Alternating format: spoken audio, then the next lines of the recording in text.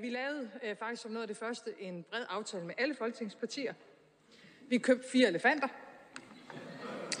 Ramboline, Lara, Junka og Jenny.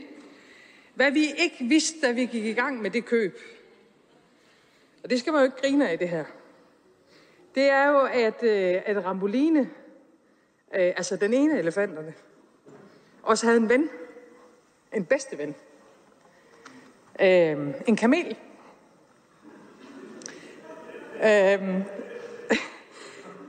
Kamelen hedder selvfølgelig Ali, og vi blev bibragt den vigtige oplysning, at det ville være forkert at adskille Ramboline og Ali.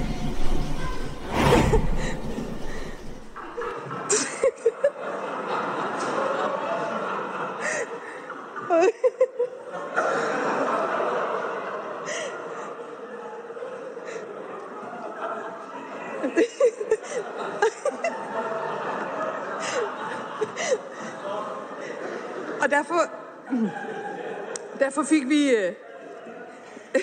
derfor fik vi faktisk Ali med. Så når Dansk Folkeparti i anden sammenhæng har sagt, at det blev Alis tur, så er det rigtigt.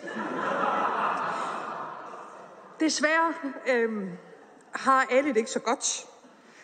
Og han var faktisk heller ikke bedste venner med Ramboline. Så det var nok ikke så god en handel, vi gjorde.